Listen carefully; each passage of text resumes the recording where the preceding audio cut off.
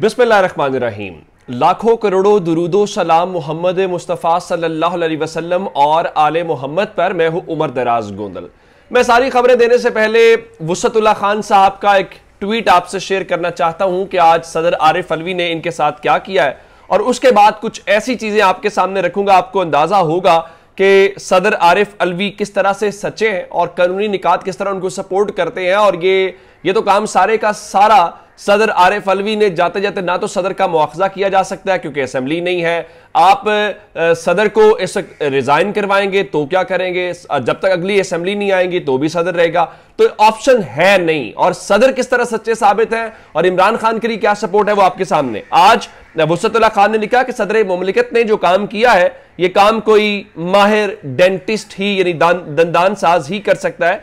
उनके कहने का मतलब ये था कि असल में जिस तरह से सदर ने जाते जाते इनके दांत निकाले हैं वो एक डेंटिस्ट ही काम कर सकता था। अब इस पॉइंट है क्या, मैं आपके सामने वो सारी रियलिटी रखना चाहता हूं जिससे आपको अंदाजा होगा। देखिए सदर ने आज क्या कहा है। सदर ने यह कहा है कि मैंने दस्तखत नहीं किए। सदर का पहला मौकफ आपने ये याद रखना है। अब से थोड़ी देर पहले इंफॉर्मेशन मिनिस्टर जो है मुर्तजा सोलंकी और जो लॉ मिनिस्टर हैं उन्होंने एक प्रेस कॉन्फ्रेंस भी की। वजारत कानून ने एक एलामिया भी जारी किया। मैं हमेशा ये कहता हूं कि जब आप तासुब के साथ, गुस्से के साथ, तो गलती का इम्कान ज्यादा होता है, आप कोई ना कोई लूप होल छोड़ देते हैं। और इसके अंदर आइन का आर्टिकल 75 यानी आइन का आर्टिकल जो 75 है वो इंपॉर्टेंट है, वो सदर को इख्तियार देता है, जो मैं पूरी तफसील के साथ आपको बयान करूंगा कि सदर ने क्या कहा है, हुकूमत क्या कह रही है और आइन का आर्टिकल 75 क्या कहता है और कानूनी माहिरीन क्या कहते हैं। और फिर यह बड़ी इंपॉर्टेंट बात है। अब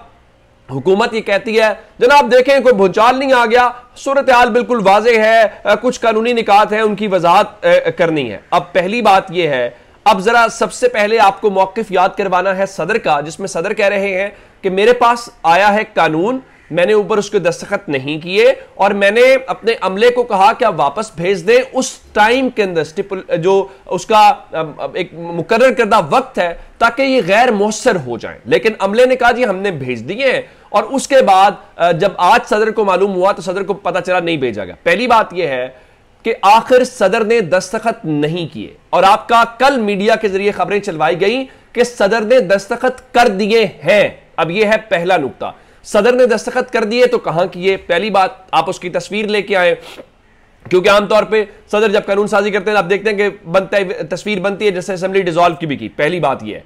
दूसरी बात यह है कि अगर दस्तखत अब हुए हैं तो वो किसने किए, ये हो गई पहली बात।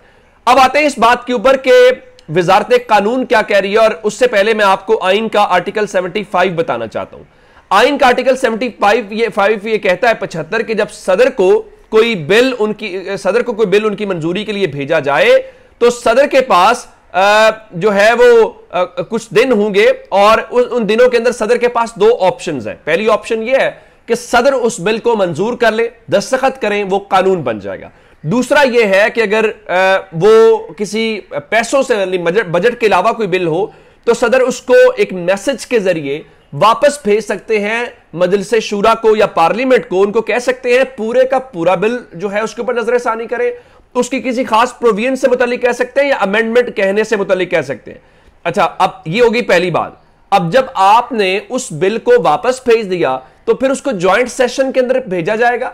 ज्वाइंट सेशन के अप्रूवल के बाद सदर दस्तखत करे या ना करे ये अगला मरहला है, फिर इररेलेवेंट हो जाएगा और 10 दिन के अंदर वो समझा जाएगा कि सदर ने अगर नहीं भी किए तो shall be deemed to assent shall be deemed to have been given, जिसका मतलब ये होगा कि सदर ने चूंकि 10 दिन के अंदर कुछ नहीं किया तो ये समझ लिया जाएगा कि सदर के दस्तखत ना करने ही उनकी रजामंदी है। अब पहली बात यह है, जो पहला नुक्ता था कि सदर या कानून के ऊपर दस्तखत करेंगे या सदर वापस भेजेंगे।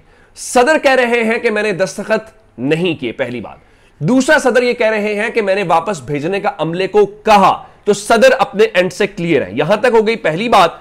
अब दूसरी बात यह है कि इस वक्त क्या कह रहे हैं जो वजारत कानून है। वजारत कानून ये कहती है, उन्होंने सदर के ट्वीट के ऊपर तहफुजात का इजहार करते हुए कहा है कि इस आर्टिकल 75 के मुताबिक जब कोई बिल भेजा जाए तो सदर के पास दो ऑप्शन होते हैं। सदर या बिल की मंजूरी देते हैं या बिल पार्लियामेंट को ऑब्जर्वेशन के साथ वापस रेफर कर देते हैं। अच्छा, वो कहते हैं मौजूदा मामले पर सदर ने जानबूझकर बिल को इल्तवा में डाला, किसी ऑब्जर्वेशन के बगैर बिल वापस भेजने की आइन में गुंजाइश नहीं है, सदर मुमलिकत को अपने आमाल की जिम्मेदारी लेनी चाहिए। पहले आप क्या कह रहे थे, टीवी के ऊपर चलवाया गया कि सदर ने दस्तखत कर दिए हैं, अब वो भी ये मान रही है, वजारत कानून भी ये मान रही है कि सदर या दस्तखत करेंगे या वापस भेजेंगे। यहां पे कहीं पे भी वजारत कानून नहीं कह रही कि सदर ने दस्तखत किए हैं, वो कह रहे हैं जी सदर ने जानबूझकर इल्तवा में डाला है और बगैर ऑब्जर्वेशन के बिल आप वापस नहीं भेज सकते। इसका मतलब यह है, यहां कानूनी नुक्ता किया गया है कि क्या सदर ने उसके ऊपर ऑब्जर्वेशन कोई लिखी है, सदर ने कोई नोट लिखा है, इसके ऊपर जरूर बहस हो सकती है और सदर को बताना चाहिए कि आपने इसके ऊपर इतराज क्या किया। यहां तक जायज बात है। अगली बात, अब इसका मतलब है सदर कह रहे हैं मैंने दस्तखत नहीं किए, वजारत कानून कह रही है कि सदर ने इल्तवा कर डाला और इसका मतलब यह है कि हो गया। यहां पे अहम नुक्ता यह है कि अगर सदर ने दस्तखत नहीं किए तो आपने 10 दिन गुजरने के बाद यह बिल खुद से लागू कैसे कर लिए, जो कि लागू नहीं हो सकते। मैं इस हवाले से आपको जो माहिर कानून है कुछ, जिसमें खासकर सलमान अकरम राजा हैं, वो ये कहते हैं, जो पहला मरहला मैंने आपको बताया कि सदर के पास 2 ऑप्शंस हैं, उनके मुताबिक पहले मरहले में बिल 10 दिन में खुद ब खुद पास नहीं हो जाता। उनका अगर सदर ने दस्तखत नहीं किए तो इसका मतलब यह है कि यह कानून नहीं बना। हां, अगर दूसरे मरहले में पार्लियामेंट दोबारा से उसको ज्वाइंट सेशन में पास करके भेजती तो इसका मतलब यह है कि फिर वो बन जाता। और इसके ऊपर उन्होंने बाकायदा ट्वीट भी किया है कि सदर के पास ये इख्तियार है और सदर ये इख्तियार रखता है। और इस हवाले से वो भी यही बात कर रहे हैं, pressure by law information ministers clarifies that president did not sign either bill. सदर भी कह रहे हैं, इंफॉर्मेशन मिनिस्टर और वजारत कानून भी कह रही है कि सदर ने दस्तखत नहीं किए। सदर ने दस्तखत नहीं किए तो आर्टिकल 75 का पहला क्लॉज यह बताता है कि वो खुद से बिल नहीं बनेगा। सदर या दस्तखत करेंगे या सदर वापस भेजेंगे। सदर वापस भेजेंगे तो आपको दोबारा उसको ज्वाइंट सेशन के अंदर लेके जाना है, जो कि पार्लियामेंट नहीं है इस वक्त, आप ज्वाइंट सेशन के अंदर उसको नहीं ले सकते। इसका मतलब यह है कि आर्टिकल 75 जो है उसके ये खिलाफ है। और जो आप ये कहना चाहते हैं कि खुद से कानून साजी बन गई है, वो आर्टिकल 75(3) है, सब क्लॉज 3 है, जो यहां पे अप्लाई नहीं होती। अब हो गया ये मामला। अब इसके ऊपर जो वजीर कानून साहब हैं उन्होंने भी एक बयान जारी किया, उन्होंने भी तशवीश का इजहार किया। राना सनावला जो है वो रोना धोना शुरू हो गए हैं। उनके मुताबिक अगर ऐसा हो भी गया था तो सदर को चाहिए था कि वो रियासत के ऊपर रियासत को बदनाम न करते। इसहाक डार जो खुद इश्तिहारी थे वो कहते हैं जी अखलाकियात का तकाजा ये है कि सदर फौरी तौर पर इस्तीफा दे दे। और नून लीग के पूरा जो ट्विटर विंग है, जो बाकी उनके टीवी के ऊपर बैठा हुआ विंग है, वो ये कहता है सदर रिजाइन करे। भाई सदर रिजाइन क्यों करे? सवाल यह है कि सदर की कमांड किसने नहीं मानी, रियासत के सरबराह को किसने पसे पुश डाला, यह है अहम मामला। अब इसके ऊपर पाकिस्तान तहरीक इंसाफ ने एक बाकायदा एलामिया जारी किया है और उन्होंने सदर के साथ इजहार तशक्कुर किया, यानी उनका शुक्रिया अदा किया। और यह हम सबको शुक्रिया अदा करना चाहिए कि इन हालात में, ऐसे में अगर सदर जो है उन्होंने ये स्टैंड लिया है तो ये वाकईतन एक बहुत बड़ी बात है। और इसके बाद पाकिस्तान तहरीक इंसाफ ने फौरी तौर पे जो है वो उसको सुप्रीम कोर्ट ऑफ पाकिस्तान से इस मामले के अंदर रुजू करने का जो है वो फैसला कर लिया है। और अब इस हवाले से मतलब कि अदालतें खुलने की जो खबर है, एक बार फिर कल मंडे है और देखना यह है कि आरिफ अलवी क्या करते हैं। यह रियासत का मजाक उड़ाने वाली बात है। अगर आप इस बिल को इस तरीके से कर रहे हैं तो इसका मतलब यह है कि पाकिस्तान को आइन के मुताबिक नहीं चल रहे। इस मुल्क को आइन के मुताबिक चलना है, न कि चंद ताकतवरों को आइन के मुताबिक ढाल देना है कि उनकी मर्जी के मुताबिक चले। अब क्या इस सब के बीच में बहुत सारे लोग तो कह रहे हैं क्या हम मंडे को उठेंगे तो सदर पाकिस्तान रिजाइन कर चुके होंगे? मुझे नहीं मालूम। मैं आपको सिर्फ एक मौका बताना चाहता हूं कि पहले एक मौका ऐसा आया था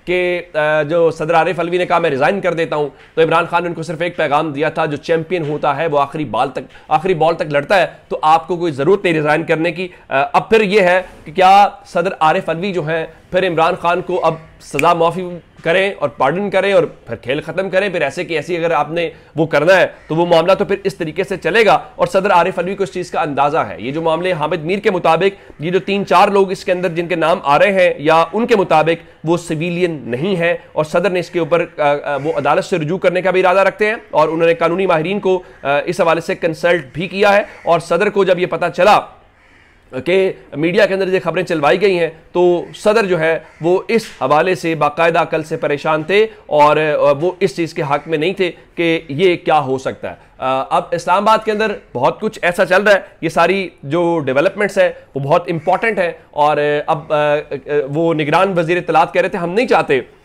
हम ऐवान सदर का जो रिकॉर्ड है वो कब्जे में नहीं करें, रेड सदर को गिरफ्तार करें जनाब, जेल में डालें ना, दुनिया में पता चले।